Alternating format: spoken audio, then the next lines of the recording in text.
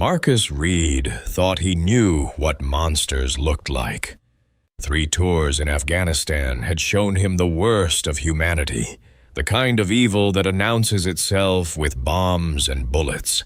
But nothing in his military training prepared him for the horror he discovered in his own home, crawling beneath his 8-year-old daughter's pillow. The tiny red creatures moved with purpose, their bloated bodies pulsing with an unnatural crimson glow. As he lifted the sheet with trembling hands, one thought pierced through his shock. These things had been feeding on his little girl while he slept peacefully downstairs, completely unaware that the real enemy was living under his own roof. Welcome to my channel, where I share real stories with unexpected twists.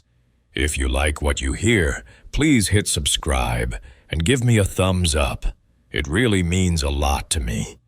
Now, let's begin this story. Marcus Reid stood on the front porch of the small house in Millbrook, Connecticut, his olive-green duffel bag heavy on his shoulder. After 8 months deployed overseas as an Army medic, he was finally home. The October air carried the scent of burning leaves, and somewhere down the street, a dog barked at the mailman. Everything felt exactly as he had remembered it, yet somehow completely different. He knocked 3 times on the familiar wooden door. Footsteps approached from inside, hesitant and measured. When the door opened, his ex-wife's sister, Celeste, stood there with dark circles under her eyes. She had agreed to care for his daughter Zara while he was away, a temporary arrangement that had stretched longer than anyone expected. "Marcus," she said, her voice flat, "you did not tell me you were coming today." "I wanted to surprise Zara," he replied, trying to read her expression. Something was wrong. Celeste's usually warm demeanor had been replaced by nervous tension. "Is she home?" "She is upstairs, resting." Celeste stepped aside, reluctantly. "She has been tired lately." Marcus entered the house and immediately noticed the stale air, thick with the smell of disinfectant. The living room curtains were drawn tight, blocking out the afternoon sunlight. Family photos sat dusty on the mantel, untouched for months. His daughter's toys lay scattered across the floor, but they looked abandoned, as if play had been interrupted and never resumed. "Zara," he called softly up the stairs. "Daddy's home." A small voice drifted down from above, barely audible. "Daddy?" Marcus took the stairs 2 at a time, his heart racing with anticipation. He found his daughter sitting on her bed, coloring in a book with crayons worn down to nubs. When she looked up at him, his breath caught in his throat. Zara had always been small for her age, but now she looked fragile, almost transparent. Her blonde hair hung limp around her shoulders, and her usually bright blue eyes seemed dull and unfocused. But it was the red marks on her arms that made him freeze. Dozens of tiny welts covered her pale skin, some fresh and angry. Others faded to brown spots. They looked like insect bites, but unlike any he had seen before. These were too uniform, too deliberately placed. "Hey, Princess," he said, sitting carefully on the edge of her bed. "I missed you so much." Zara smiled, but it was a tired smile. She climbed into his lap, and he was shocked by how light she felt. "I missed you too, Daddy. I drew you pictures." She pointed to a stack of papers on her nightstand. Marcus picked them up, studying each one. Most showed stick figures of a man and a little girl holding hands under a yellow sun. But the last drawing made his stomach clench. It showed a bed with dark shapes underneath it, and a small figure lying on top with red dots covering her body. "What are these dark things under the bed, sweetheart?" Marcus asked, keeping his voice gentle. Zara's eyes grew wide, and she glanced toward the door as if checking whether anyone was listening. "They whisper," she said in a voice so quiet he had to lean down to hear her. "At night, they whisper, and it tickles, but not the good kind." Marcus felt a chill run down his spine. His medical training kicked in, analyzing the symptoms he was observing. The lethargy, the unusual marks, the weight loss. Something was seriously wrong with his daughter. And based on Celeste's behavior, she knew more than she was telling him. That evening, Marcus insisted on tucking Zara into bed himself. As he pulled the covers up to her chin, she grabbed his hand with surprising strength. "Daddy," she whispered, "do not leave me alone with them tonight." "I'm not going anywhere, princess," he promised, smoothing her hair. "Daddy's home now." But as he sat in the old recliner beside her bed, watching her small chest rise and fall in the dim light, Marcus felt the familiar weight of responsibility settle on his shoulders. Something was threatening his daughter, and he had been thousands of miles away, completely helpless to protect her. His hands clenched into fists as he remembered all the children he had treated in field hospitals, victims of violence and neglect. He had sworn an oath to do no harm, to heal and protect. Now that oath extended to the most important person in his world. The house grew quiet around midnight, but Marcus remained awake, listening. That was when he heard it, a soft, rustling sound coming from beneath Zara's bed. At first, he thought it might be the house settling, or perhaps a mouse, but the sound was too rhythmic, too purposeful. It sounded almost like movement, deliberate movement. Marcus stood slowly, every muscle in his body tense. His military training had taught him to trust his instincts, and right now, every instinct was screaming that danger was close. He moved toward the bed, his bare feet silent on the hardwood floor. The rustling sound grew louder, accompanied by what sounded like tiny scratching noises. He knelt beside the bed and lifted the edge of the sheet, using his phone's flashlight to peer underneath. What he saw would haunt him for the rest of his life. Sometimes the most ordinary days hide extraordinary challenges. The creatures under Zara's bed defied everything Marcus thought he knew about the natural world. They were the size of large beetles, but their bodies were wrong, too round, too red, almost translucent. Dozens of them crawled through pools of crimson fluid that seemed to glow with its own light. As his flashlight beam hit them, they scattered like roaches, but not before he noticed the thin tubes extending from their undersides, tubes that looked disturbingly medical in nature. Marcus fought the urge to vomit. His hands shook as he lowered the sheet, his mind racing through possibilities.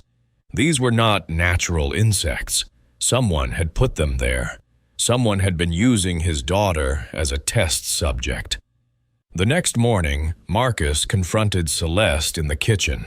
She was making coffee with mechanical precision, avoiding his eyes. "We need to talk about the marks on Zara's arms," he said, his voice deadly calm. Celeste's hand trembled as she poured coffee into 2 cups. "The doctor said they are just insect bites. Children get them all the time during summer." "It's October, Celeste, and those aren't normal insect bites." Marcus pulled out his phone and showed her the photos he had taken under the bed. "Want to explain what these things are?" The coffee cup slipped from her fingers, shattering on the kitchen floor. Coffee spread across the white tiles like spilled blood. I do not know what those are," she stammered, but her face had gone pale. "You're lying." Marcus's voice carried the authority of someone accustomed to life and death situations. "Someone is experimenting on my daughter, and you know who it is." Celeste began to cry, her shoulders shaking. "You do not understand. I tried to protect her, but they said if I did not cooperate, they would take her away completely. At least this way, she stays with family." "Who is they?" Marcus demanded. Before Celeste could answer, the front door opened. Dr. Helena Cross entered without knocking, carrying a black medical bag. She was a tall woman in her 50s, with silver hair pulled back severely and cold gray eyes behind wire-rimmed glasses. Everything about her radiated clinical detachment. "Mr. Reid," she said, as if his presence was an inconvenience. "I did not expect you back so soon." "Who are you?" Marcus stepped between the doctor and the stairway leading to Zara's room. "I am Dr. Cross. I have been monitoring Zara's condition during your absence." She moved toward the stairs with practiced efficiency. "She requires her medication." "What medication?" Marcus blocked her path. "What condition?" Dr. Cross studied him with the same detached interest she might show a laboratory specimen. "Zara is participating in a groundbreaking study on immune system development in children. The treatments she receives will advance medical science by decades." "Treatments?" Marcus felt his anger building, hot and dangerous.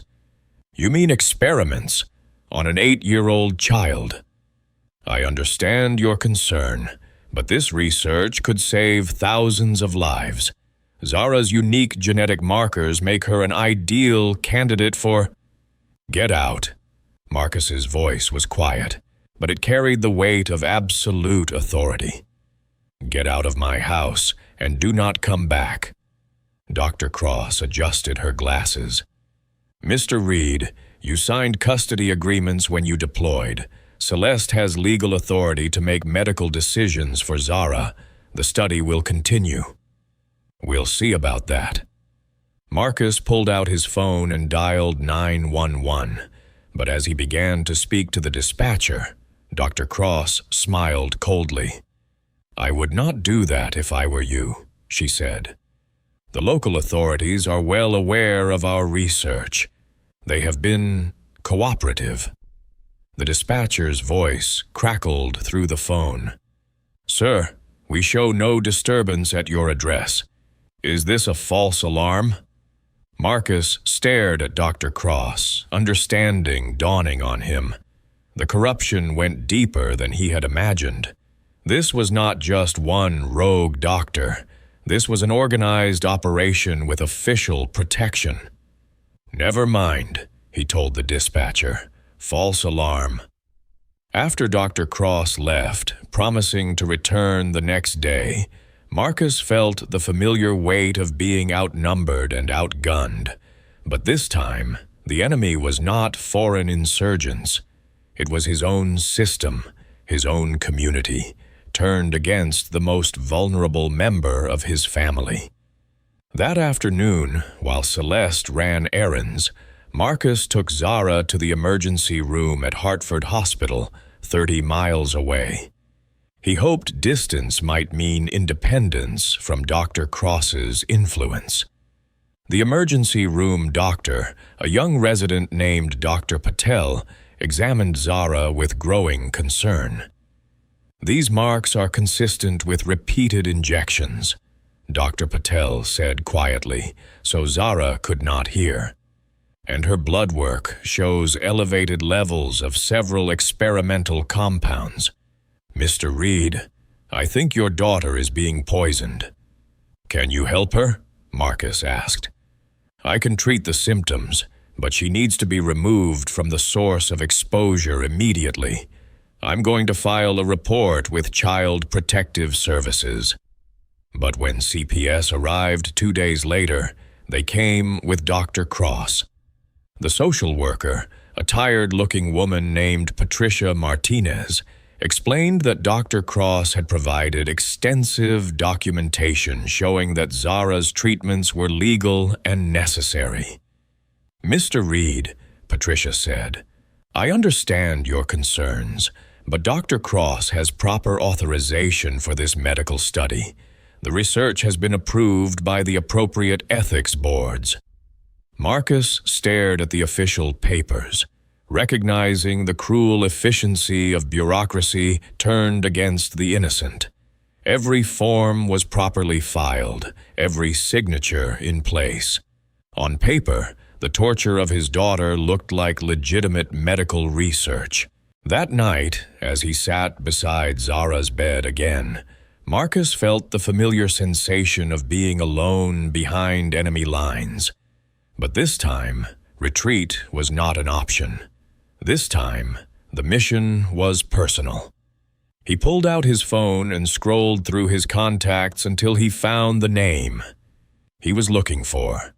Captain Rivera, his former commanding officer, now working with federal law enforcement. If the local system was corrupted, he would go higher, much higher. The message he sent was brief. "Need help. My daughter is being used for illegal medical experiments. Trust no one local." The reply came within minutes. "On my way. Hold position." As Marcus watched his daughter sleep, her small face peaceful, despite the horrors being inflicted on her, he made a silent promise. He had spent years protecting strangers in foreign lands. Now he would use every skill, every connection, every resource at his disposal to protect the one person who mattered most.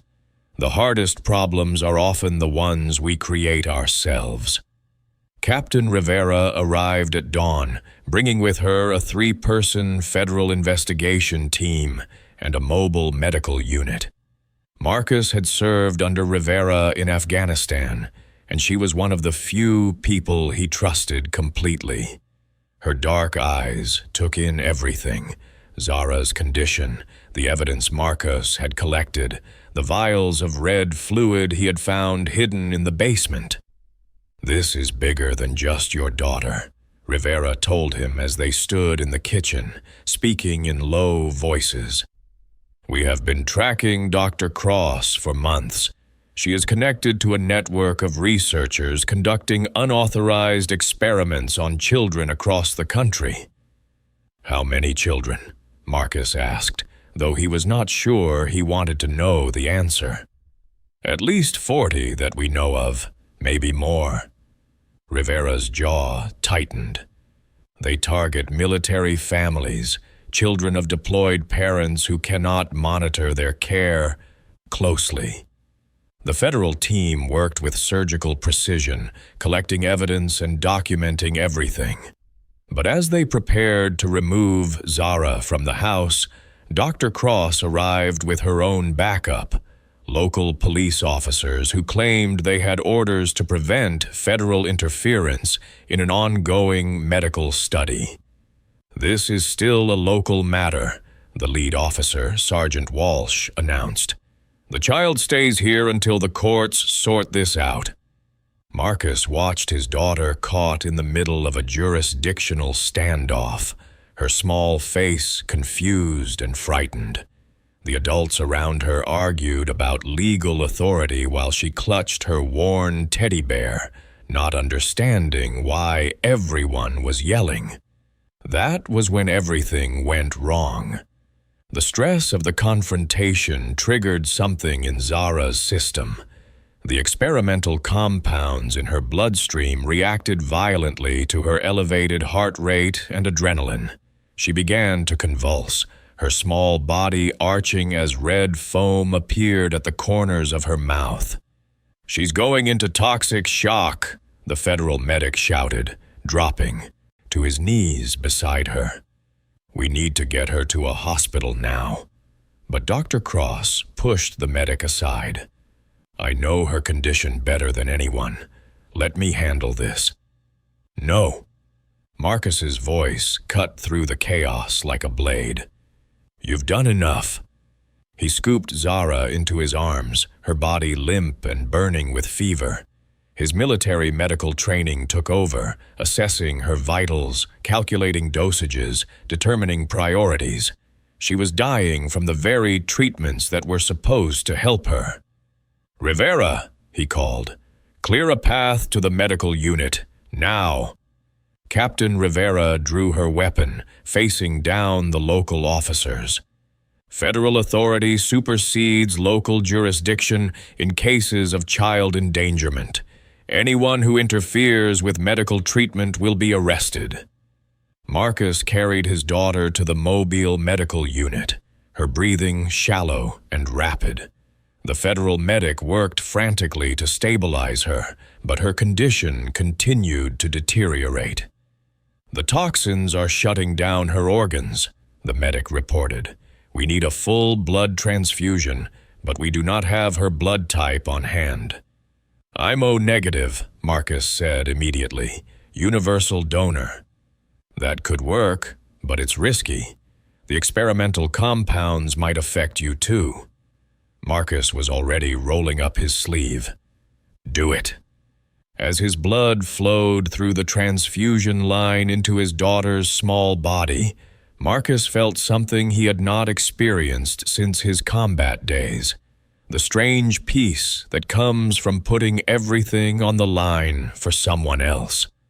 He watched the monitors, counting each heartbeat, each breath, measuring hope in numbers on a screen. Slowly, gradually, Zara's condition began to stabilize. The red foam disappeared from her mouth. Her breathing deepened. The dangerous rhythm of her heart settled into something closer to normal. Dr. Cross watched from the doorway, her clinical detachment finally cracking. "The research," she said, almost to herself. "Years of work." Marcus looked at her with the exhausted fury of a father who had nearly lost everything. It was never research. It was torture. Rivera placed Dr. Cross under arrest while her team secured all the evidence from the house.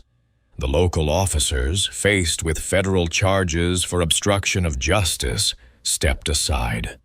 The crisis was over, but Marcus knew the real work was just beginning. As Zara opened her eyes in the medical unit, her gaze found his face. For the first time in months, her eyes were clear and bright. "Daddy," she whispered. They stopped whispering. Marcus took her small hand in his, feeling the steady pulse of her life flowing through her veins. "They'll never whisper again, Princess. I promise. Rock bottom becomes the foundation on which we rebuild." 6 months later, Marcus stood on the beach in Outer Banks, North Carolina, watching Zara build sandcastles with the focused determination of an 8-year-old architect. Her hair had grown back thick and golden, and the red marks on her skin had faded to nothing. More importantly, her laughter had returned. Genuine, uninhibited joy that filled the salt air around them. They had moved to North Carolina after the trial, far from the memories and shadows of Connecticut. Dr. Cross had received a 15-year prison sentence for child endangerment and conducting illegal medical experiments. The investigation had uncovered her network and rescued 37 other children from similar situations. Celeste, who had cooperated fully with investigators, received community service and was required to attend therapy. Marcus had forgiven her, understanding that she too had been a victim of a system designed to exploit the vulnerable. "Daddy, look!" Zara called, pointing to her sandcastle. "It has a moat to keep the monsters out." Marcus smiled, recognizing both the playfulness and the lingering caution in her words. Recovery was not a straight line. There were still nights when she woke up frightened, still moments when loud voices made her flinch. But with each passing day, she grew stronger, more confident, more herself. The Zara Foundation, which Marcus had established with the settlement money from the lawsuit, now helped other families navigate the aftermath of medical abuse. He worked with federal investigators to identify and shut down illegal research operations, using his medical background and military connections to protect children who could not protect themselves. Rivera visited them that weekend, bringing news about their ongoing cases. As they sat on the porch after Zara had gone to bed, she updated him on the latest developments. "We shut down another facility in Oregon last week," she reported. "Found 12 children in various stages of experimental treatment. They're all receiving proper medical care now." Marcus nodded, feeling the familiar mixture of satisfaction and sorrow that came with each rescue. "How are the families handling it?" "Better than expected. Having the foundation to connect them with counseling and legal support makes a huge difference. You've created something important, Marcus." Through the window, they could see Zara sleeping peacefully in her bed, her teddy bear tucked safely in her arms. No more whispers, no more fear, no more monsters hiding in the dark. "She asked me something yesterday," Marcus said. "She wanted to know if other kids were still scared like she used to be." "What did you tell her?" "The truth. That some are, but there are people working to help them. She said she wants to help too, when she's older." Marcus smiled. "I told her she already is helping, just by being brave enough to heal." The ocean waves rolled steadily onto the shore, washing away footprints and rebuilding the sand into new formations. Marcus understood now that healing was like those waves, constant, repetitive, reshaping everything slowly but surely. His phone buzzed with a text message from another parent whose child had been rescued from an illegal research facility. "Tommy laughed today for the first time in 8 months. Thank you for showing us that recovery is possible." Marcus showed the message to Rivera. "That's why we do this work," he said. "Not for the headlines or the recognition, but for moments like that. For the first laugh, the first peaceful sleep, the first time a child feels safe again." As they sat in comfortable silence, watching the stars reflect on the dark water, Marcus thought about the journey that had brought them here. The fear, the rage, the helplessness. All of it had been transformed into something useful, something that helped other families avoid the nightmare they had endured. Zara appeared in the doorway, rubbing sleepy eyes. "Daddy, I had a good dream. We were flying." "Flying where, princess?" "Everywhere, to help all the kids who are scared." She climbed into his lap, settling against his chest with the easy trust of a child who knows she is completely safe. Marcus held her close, breathing in the sweet scent of her shampoo, feeling the steady rhythm of her heart against his. This was what mattered, not the battles they had fought, but the peace they had found. Not the monsters they had defeated, but the love they had protected. "I love you, Zara," he whispered. "I love you too, Daddy. And I'm not scared anymore." As he carried her back to bed, Marcus realized that healing was not about forgetting the darkness. It was about choosing to believe in the light. It was about showing up every day, imperfectly but consistently, for the people who need you most. The strongest relationships are built not on avoiding problems, but on solving them together. If this story touched your heart, I would love to hear your thoughts in the comments. Have you ever felt that protective instinct that makes you willing to fight impossible odds for someone you love? Sometimes the greatest courage is not shown on battlefields, but in quiet moments when we choose to believe that healing is possible. Thank you for listening. And remember, there are people working every day to protect the innocent. You are not alone in caring about what matters most.